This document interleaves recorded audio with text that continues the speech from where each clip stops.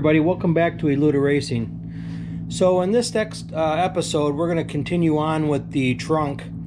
If you watched the first video, we had cleaned out the trunk, prepped it with the POR 15 metal prep, and where I left off was basically it needed to cure and then it needed to thoroughly dry.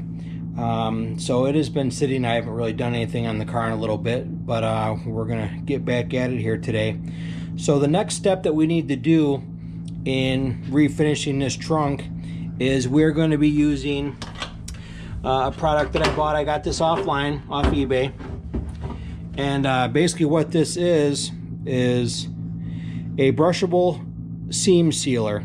And you can get this in spray, you can get it in a tube, a caulking tube, or you can get this version. This is the brushable version, and I like this the best because honestly this is the way they do it from the factory. So if you were trying to do a very authentic restoration, this is the product that you want to use, because when they made these cars, that's how they were put on. They were not sprayed, they were not caulked on. They were put on with a brush. So basically what we're going to be doing is, because this trunk is pretty much rust free, we had some surface rust down there where the spare tire was rubbing on the floor, and then we have these seams right here where that is strictly cosmetic. That is just from water that had been sitting there. It dried out. We don't have any active rust there, but it was all neutralized to prevent it from turning into rust and eating away at the trunk. We have a couple other areas back here, and basically what I'm going to do, because I don't have a whole lot of stuff that needs this, I'm going to put that completely on in the wheel well down there, the tire well, and I'm going to put it on these seams over here, and then that will have to cure. And then once that's done, I'm going to completely recover this entire trunk floor. I have some top coat that's going to go in here. It's basically like a satin finish or a matte finish black paint, and it's intended for trunks and undercarriage and stuff like that. So that's what we're going to be doing next. But what we're going to do is we're going to kick on the time lapse and start getting to work.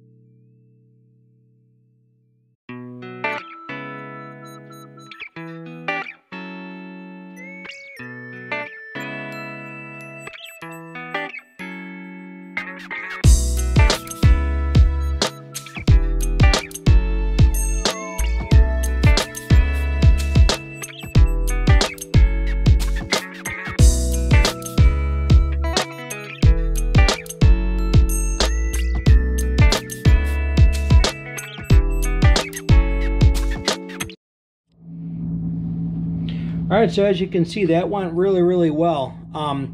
Couple things I wanted to mention.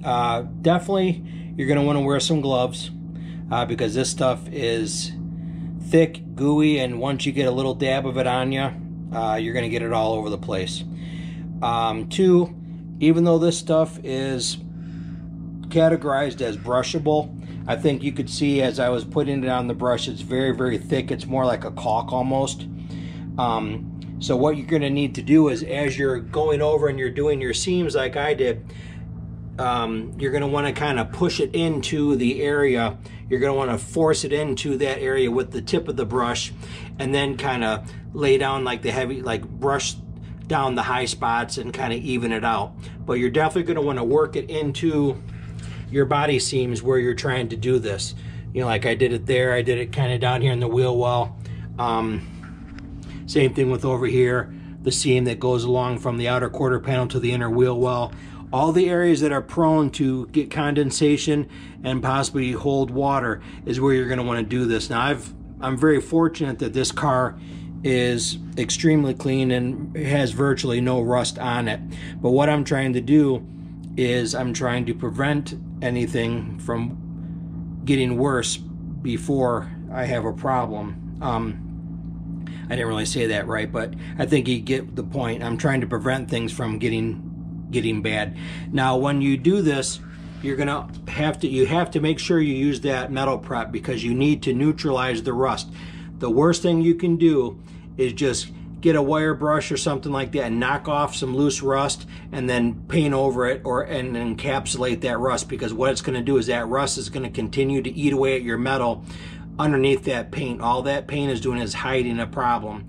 So you need to neutralize that rust, and there's two ways to do that. Either one, chemically, or two, you need to cut out that panel where that rust is. Those are the only two things that work. Sanding it down does not neutralize it. It just knocks off the heavy stuff. So you want to properly neutralize that rust, and then you want to immediately seal that panel up properly. So I'm using the seam sealer. I put a lot down there. Now what I'm going to do is, even though I'm not planning on putting a spare tire back in this car, I'm going to keep it for, you know, down the road, but I'm not planning on putting it in there. What a lot of guys will do is I'm going to use a product called EPDM rubber, which is very thin. It's almost like an inner tube, and I'm going to make a little template, and I'm going to put a little rubber pad down there and glue that down there, and then that way, if the spare tire was ever to be put back in the car, it would prevent that tire from shaking, which then would do the same thing. It would eat away at that, you know, that vibration would slowly eat away at that rubber and scuff off the paint and then the seam sealer and all that stuff. So I've done all that I need to do. Like you can see, I went along back here. I tried to basically redo all of the seam sealer that was done from the factory. I didn't get in every little crack or crevice, but I just want to get the main stuff that was exposed and things like that.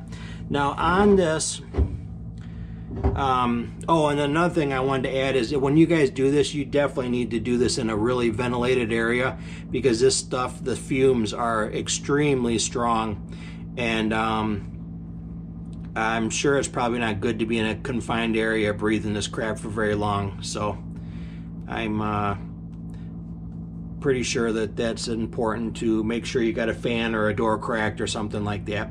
But look in here after you prep it and you do everything. Dry time on this, it will skin over in 5 minutes, and it's totally paintable within 30 minutes. So real quick setting time and curing time. So what we're going to do is we're going to go ahead and let this dry, and then we'll come back and we're going to start putting some top coat over this and getting this trunk almost all the way completed. Be right back. All right, so the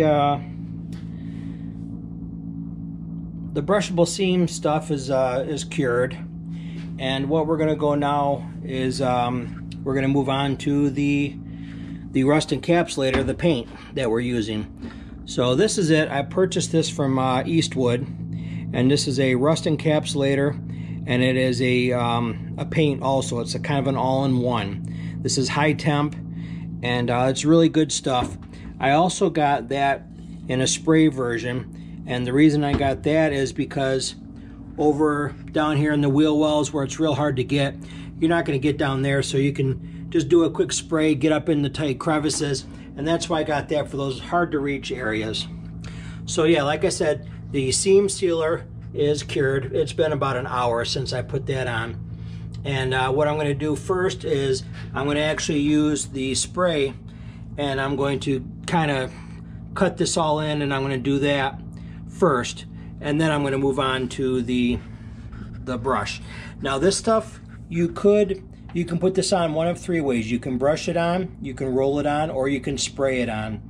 If you choose to spray it on, you'll need to cut it with a product called xylene. Xylene is it's like a thinning agent. It's kind of like paint thinner or acetone or whatever, but it's special for painting. I'm not a painter by any means, so the guys that do painting, they know exactly what it is and everything like that. But you can cut it with xylene, and you can use it and run it through a sprayer. I wanted to go with a little bit of a heavier coat, so it would be more similar to the way it was done from the factory. I'm going for function, not for form. This is not going to be a showpiece back here. This is a trunk, and I wanted to replicate the way it looked from the factory. And from the factory, it had imperfections. So that's what we were trying to do. We were trying to replicate the way it looked from the factory and get it back to the way it was the day that it pulled off of the assembly line. So let's go ahead and we'll get the spray can up and running, and we'll start cutting this in.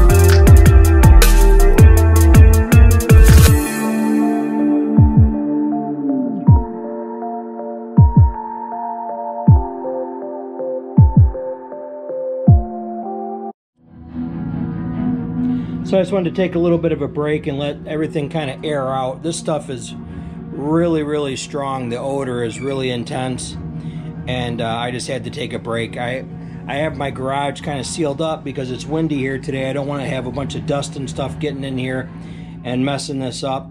So I only have a door cracked a little bit, so I had to kind of stop and let things air out a little bit. So when you guys do this, try to come up with a way to ventilate the best you can, because the smell is really, really strong, and I gotta believe long term it wouldn't be good to be inhaling this stuff long term. So this stuff goes on relatively easy, as you could see in the video. I was just using a brush. I mean, start to finish, this only took me, I think, less than 10 minutes. And I think spraying it would be way faster. That's a given, but not everybody has a good compressor. Not everybody has a spray gun. You can buy that stuff cheap from Harbor Freight, and you could go that route if you want. The roller would be good, but if you do the roller, you're not going to get into these body lines and stuff like that. So that's why I chose to go with the brush. It gives you the ability to kind of force the paint into the or I should actually call it encapsulator, because it's not paint, but it gives you the ability to push that encapsulator into those body lines and those tight areas and stuff like that. So that's why I went with the brush, and it's going down nice. It's real thick, and it goes and it puts a nice even coat down. Now this is a matte finish, so this is still wet, but once this cures, it's going to look more like the upper part of the trunk back there that has not been coated yet. I'm going to do one coat because I'm putting this on really, really heavy, and that 1 quart, I've barely tapped into that. So I would imagine 1 quart would be, and this is a, it's a Grand National, it's a full-size car. It's easily going to do the trunk, and then I would say 90% of the main inside of the car, if not all of it. And then I still have that can to get into all the tight areas as well. So I'm going to go ahead and finish this last little bit up here, and then we'll get this thing all done and then show a little bit of before and after pictures.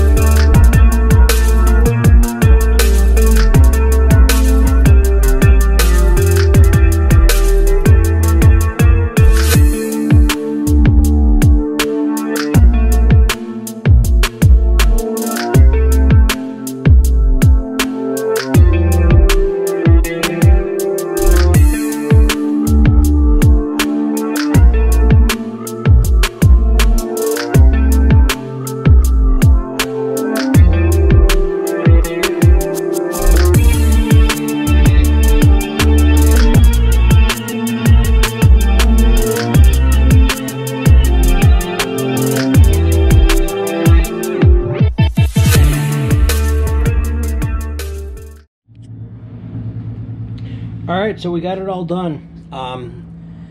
Really, really happy with the outcome of this. This stuff looks really nice.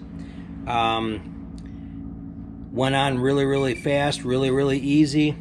The hardest part is, and like anything when you're doing something like this, is the preparation, the cleaning, the removing of the loose old paint and old undercoating and stuff like that. The metal prep, all that preparation is the key to a good outcome on this, and it's also what takes the most time, start to finish. Even with me doing the videos and the pictures, the before and after and everything like that, this is like a 15-minute deal doing this final coat here in the trunk. Like I said, you could spray this. I think the spraying would be okay, but if you're on a budget or you don't have those tools, I mean, the brush and the roller would work, or you could spend the money. The can, the aerosol stuff, is kind of pricey. It's like $15 a can. You could probably do this trunk with a couple cans, but I like doing it the way I did. I used the can in the hard to reach areas, and then I did the brush with everything else, and I'm really, really happy with it. This stuff, as you put it down, it kind of emulsifies and it kind of settles, so you don't get any brush marks or anything like that. This is gonna dry and be really, really smooth, and it's gonna look really good. So I'm excited to see this product once it's dry, because once it dries, it's gonna lose this sheen and it's gonna be a matte finish. So it's gonna kind of look like the wheel well right here. I actually sprayed that, and that's already starting to dry a lot faster. So it's gonna have that matte finish, which is basically what this car had from the factory. So when someone pops the trunk, now obviously you're going to have carpet in here and stuff like that, so this is all going to be hidden. But if I didn't have that in there, you're not going to pop the trunk and see gloss black or some weird color like that, because that's not the way it looked from the factory. So I wanted to try to make it look as original as possible. But more than that, like I said before, I am going for function over form. I want this to serve a purpose. I wanted to eliminate any rust, and I want to prevent any rust from coming back, because here in Michigan, even though this car will never be driven in the rain or in the snow, we still have harsh weather here. We have all the seasons here in Michigan, so it's exposed to the elements. So that was the main reason why I wanted to do it. I wanted to preserve the car, and I wanted to make sure that it will last a long time. So I hope you liked this video. I'm sorry that it took me a while to get out with part 2, but with COVID and everything like that, life has been a little bit turned upside down for me, as well as it has been a lot of people around the world. So I appreciate the support. I appreciate all the people that watch my videos and like and subscribe, and I love the interaction with all you guys, with the comments and stuff like that. It means a lot to me, and I'm looking forward to going on and progressing with this car slowly but surely, because it's going to be a really nice car when I'm done. And if you have not already, please like and subscribe, and check back on a regular basis. And we'll talk to you soon. Thanks.